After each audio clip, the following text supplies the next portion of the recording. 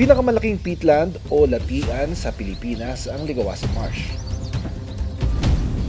Kaya paborito itong stopover ng mga migratory bird gaya ng black-necked stilt bird.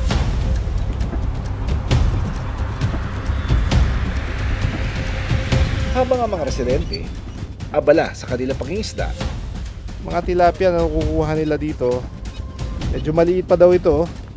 Depende rin yan dun sa panghuli nila. At saka yung tarok. Lahat yan galing lang dito sa Ligawasan Marsh.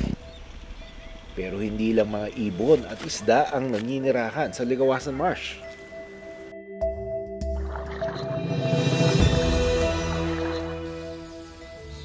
Nakatira rin dito ang mga saltwater at Philippine crocodile. Dagdag pa ng mga matatandang residente gaya ni Bay Rumina Pendaton Ali, hindi lang dalawang uri ng buwaya ang naririto. Dahil mayroon din daw nagpapakita na puting buwaya. Sa tulong ng artificial intelligence, susubukan namin bigyan ng buhay ang pinaniniwalaang puting buwaya ng Ligawasan. Yun pong belief di ba sa Ligawasan Marsh? Meron kasi may pangkaraniwang buhaya sa amin.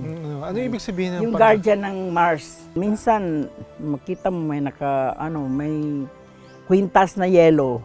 May yellow sa liig. Tapos mayroong puti. Ganyan sila.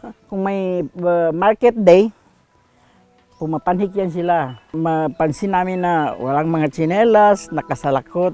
Okay, as humans. As humans sila. Paghali ang tawag sa mga taga Maguindanao sa puting buwaya. Ibig sabihin, kabilang ito sa kanilang mga ninuno. Kaya malaki ang respeto nila sa paghali.